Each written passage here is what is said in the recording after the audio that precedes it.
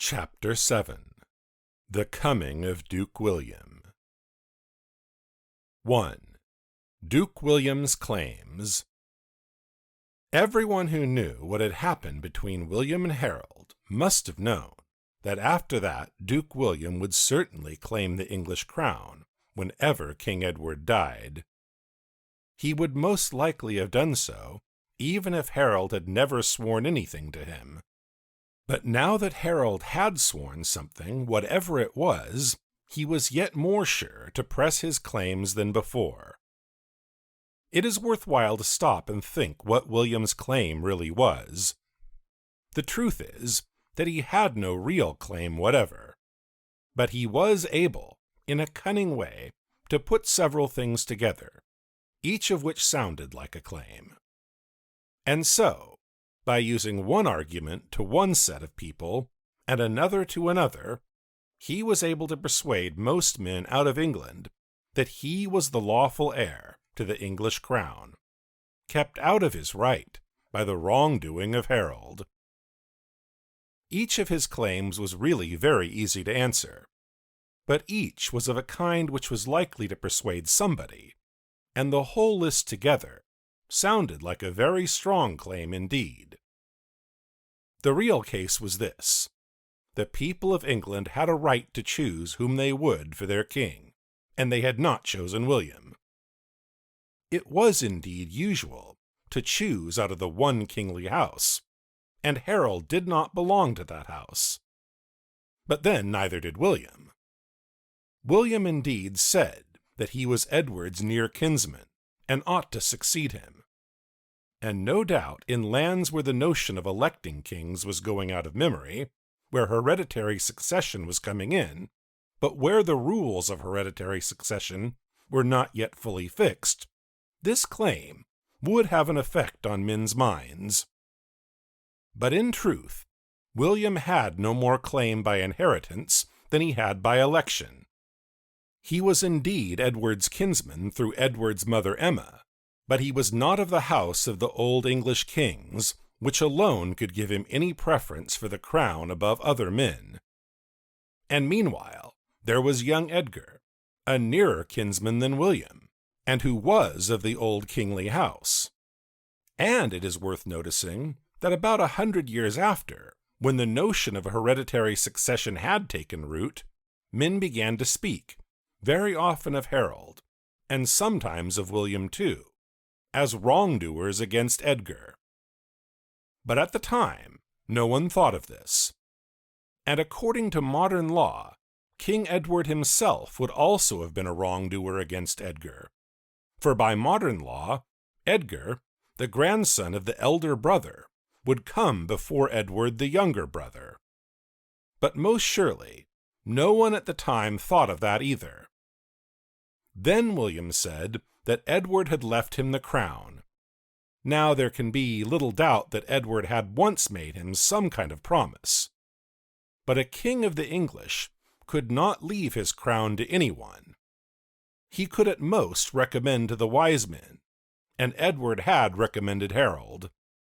William, in short, had no kind of right to the crown, whether by birth, bequest, or election. But it was easy for him to talk as if he had.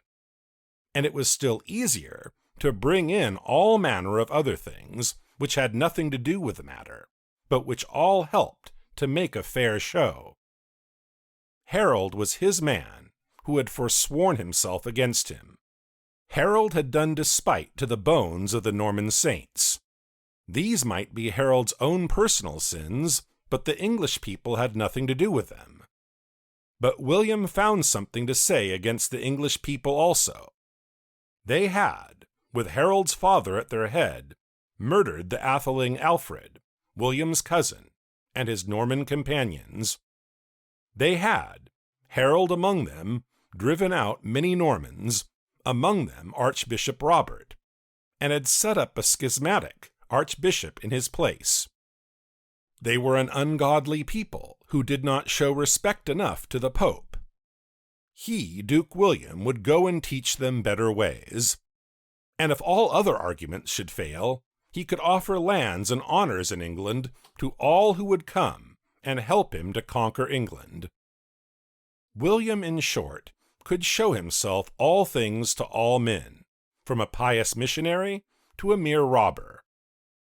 But mark that all this care to put himself right in men's eyes shows that we have got out of the days of mere violence. When the English entered Britain, when the Danes entered England, when the Northmen settled in what was to be Normandy, they did not think of putting forth so many good reasons for what they did, as Duke William put forth now. 2.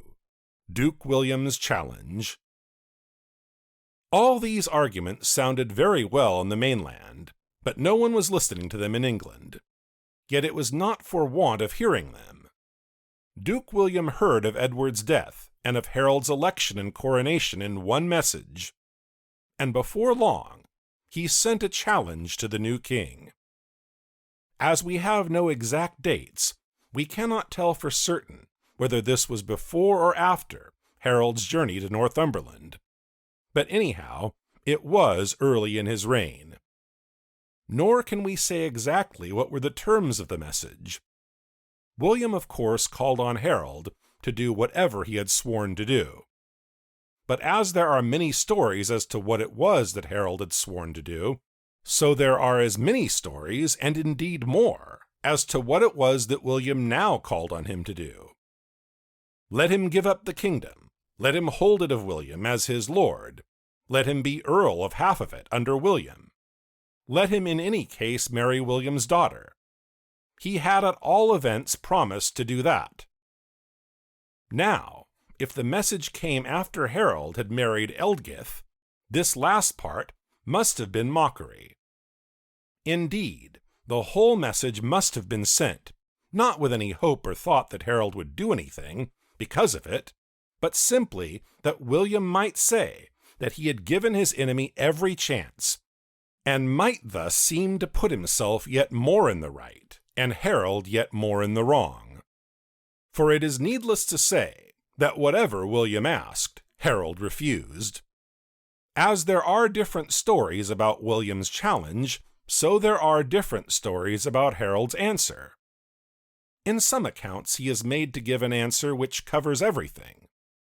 His oath was not binding, because it was not taken freely. He could not give up his kingdom or hold it of William, for the English people had given him the crown, and none but they could take it from him. And as for marrying William's daughter, he says in one account that the daughter whom he had promised to marry was dead, in another that an English king could not marry a foreign wife without the consent of the wise men.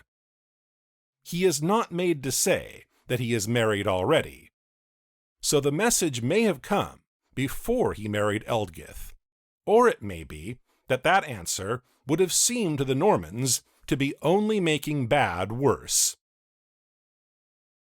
3. Duke William's counsels. Nothing was now left to William, if he wished for the English crown, but to try and take it by force. His first business, then, was to see what help he could get in his own duchy. He first got together a small council of his immediate friends and kinsfolk. They said that they would help him themselves, but that they could not answer for anybody else. Then he gathered a larger council of all the barons of Normandy at Lillebonne. Here there was great opposition. Many men said that it was no part of their duty to their duke to follow him beyond sea. Many also said that the undertaking was rash, and that Normandy was not able to conquer England. And in the end, the assembly did not come to any general vote. But William talked over the barons one by one, till they all promised to help him. Each would give so many ships and so many men. And when the thing was once blazed abroad, men began to take it up eagerly, and all Normandy was full of zeal for the undertaking. The first thing to be done was to make a fleet. So trees were cut down and ships were built, and all the havens of Normandy were busy with his shipbuilding all the summer. In the course of August the fleet was ready. All the great men of Normandy had made presents of ships, and by that time men enough to fill them had flocked in, both from Normandy and from other lands. 4. Duke William's negotiations. Everything at this time was as lucky for William as it was unlucky for Harold. Harold had two enemies coming against him at once, and he could not bear up against both. So a few years before, if William had set out on such an undertaking as the conquest of England, he would have left his duchy open to several enemies at once. Just now, he had no one to fear. All his old enemies were dead: King Henry of France, Duke William of Aquitaine, and Count Geoffrey of Anjou. We have seen that it is not unlikely that Harold had once thought of alliances with some of these princes, in case William had any designs on England. There was no such chance now. The young King Philip of France was under the guardianship of William's father-in-law, Baldwin of Flanders. In Anjou there was a civil war. The only neighbor likely to be dangerous was Conan of Brittany. He died about this time in the Angevin War, and there is a tale that William contrived to poison his bridle, his gloves, and his hunting horn. The strange thing is that it is a Norman writer who mentions this, and that the Britons say nothing about it. But it was not like William to poison anyone, and it is certain that next to his own subjects, no people followed him so readily as the Bretons. To the King of the French, William sent an embassy. Some even say that he offered to hold England of him. At any rate, he made things safe on the side of France, and he sent to the young King Henry of Germany, the son of the Emperor Henry.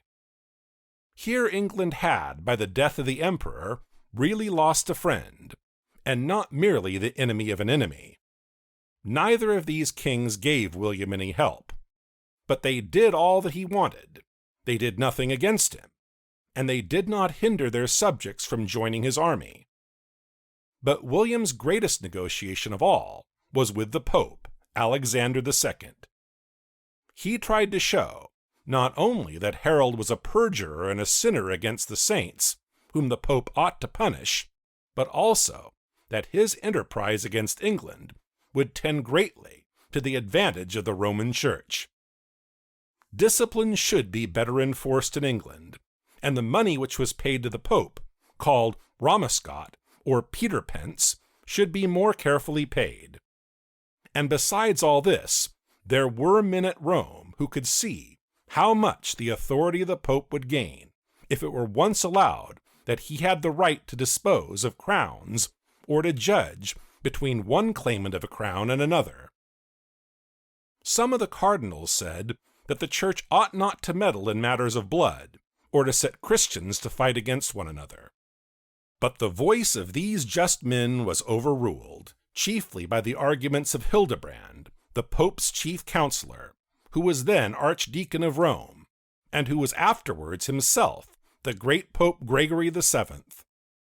So Pope Alexander, seemingly without hearing anyone on the English side, ruled that Harold was a perjured man, and that the cause of Duke William was righteous.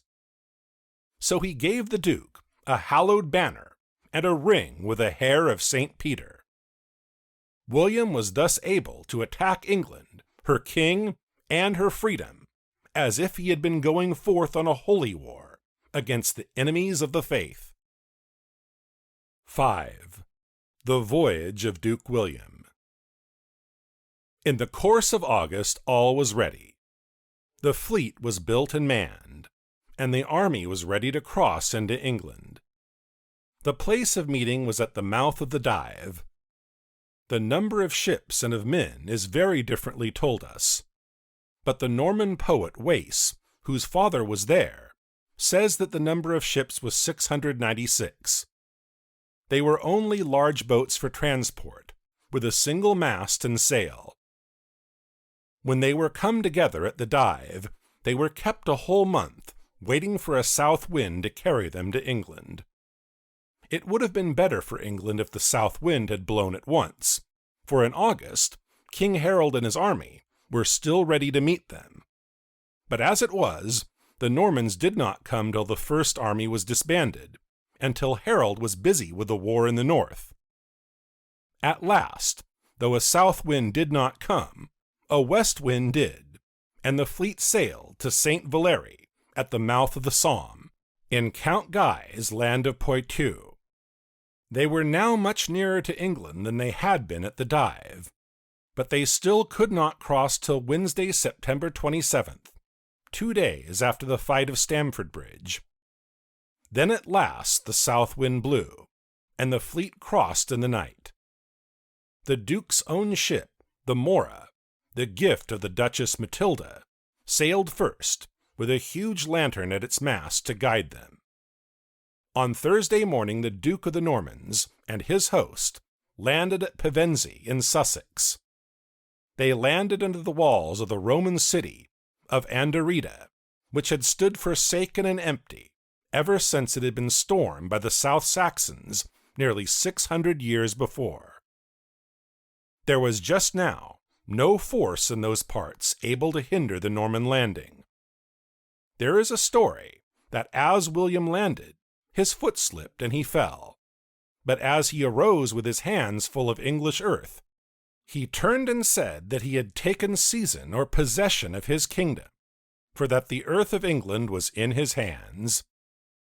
Anyhow, he took his first possession of English ground at Pevensey, where he left a force. He then, on Friday, September 29th, marched to Hastings, which he made his headquarters. He there threw up a mound and made a wooden castle, and from this center he began to harry the land far and wide, in order to make King Harold come the sooner and fight. 6. The March of King Harold. The news of Duke William's landing was, as we have seen, brought to King Harold at York as fast as it could be brought. And King Harold set out on his march southwards as fast as man could set out. With his housecarls and such men of the northern shires as were ready to follow him at once, he set forth for London.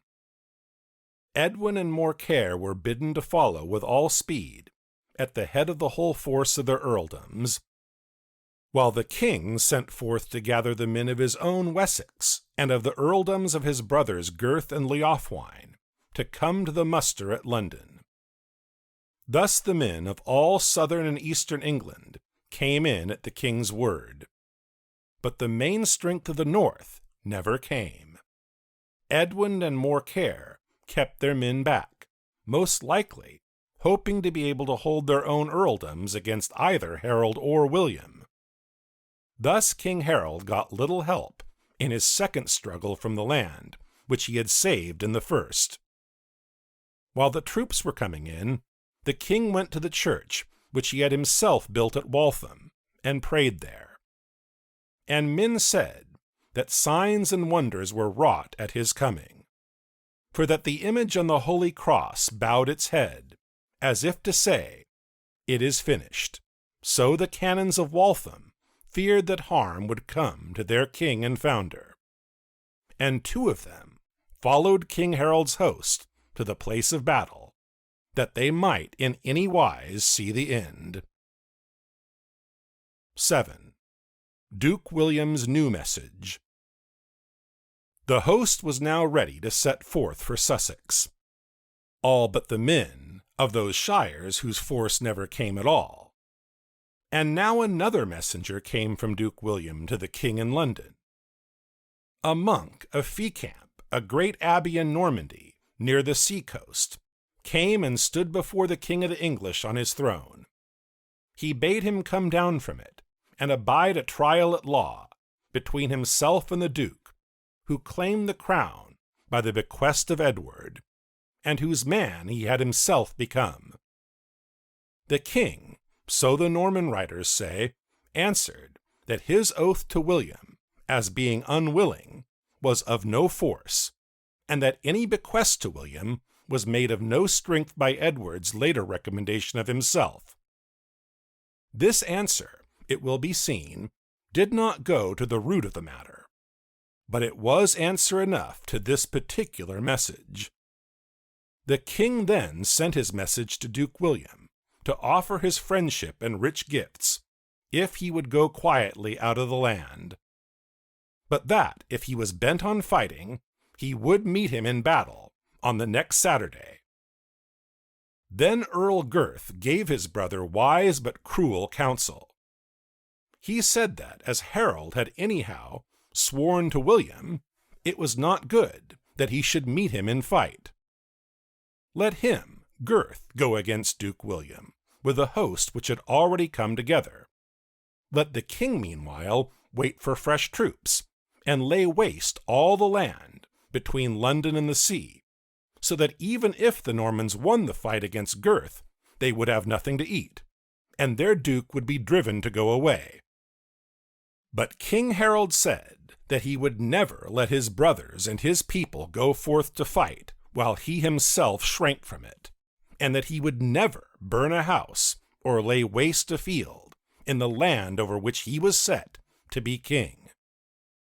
So the king marched from London with his host, and on Friday, October 13th, he reached the hill of Senlac, 7 miles inland from the duke's camp at Hastings, and there waited for the attack of the Normans. 8. King Harold's Camp. The English, as has been already said, were used to fighting on foot. They were stout men to hurl their javelins and to meet the enemy hand to hand with their axes, but they had no horsemen and very few archers. The Normans, on the other hand, were the best horsemen and archers in the world.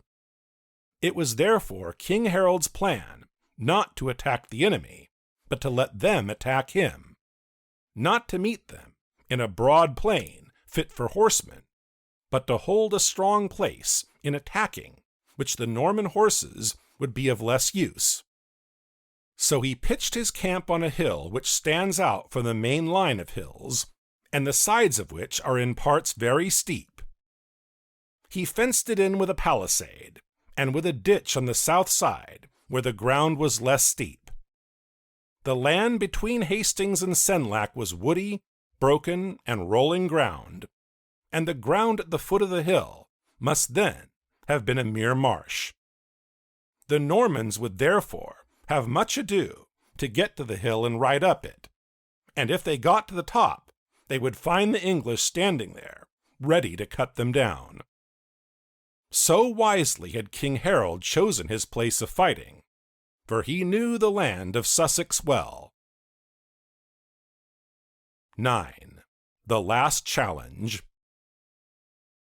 Both King Harold and Duke William sent spies to see what the other was doing. It is said that an English spy came back and said that in the Norman camp were more priests than soldiers. In an earlier time, both Normans and English had worn their beards, but now the Normans shaved the whole face like priests, while the English wore only their whiskers on the upper lip. So the spy took the shaven Normans for priests. Then King Harold laughed, and said that they would find these priests right valiant fighting men. One tale tells that King Harold and Earl Gurth rode out together to spy out the Norman camp, and came back unhurt. And it is also said that now, after the camp was pitched on Senlac, Duke William sent yet a last message and challenge to King Harold. Once more, would Harold give up the kingdom to William, according to his oath? Would he and his brother Gurth hold the kingdom of William as his men? Lastly, if he declined either of these offers, would he meet William in single combat? The crown should be the prize of the victor, and the blood of their followers on both sides would be spared. But King Harold refused all these offers, for to have accepted any of them, even the single combat, would have been to acknowledge that the war was his personal quarrel with William, and not the quarrel of the people of England, whose land William had unjustly invaded. It is plain that Harold had no right to stake the crown on the issue of a single combat. If William killed Harold, that would give William no right to the crown, which it was for the people of England to give to whom they would. And if Harold killed William, the Norman army was not the least likely to go away quietly. There would have been a battle to fight after all. So King Harold assuredly was right in refusing to stake the fate of England on his own single person. All these stories, it must be remembered, come from the Norman writers. Our English chronicles cut the tale very short. But we may be pretty sure that there is some truth in them, and this story of the challenge seems very likely. Anyhow, by Friday evening, every man in each army knew that the great fight for the crown and the freedom of England was to be fought on the morrow.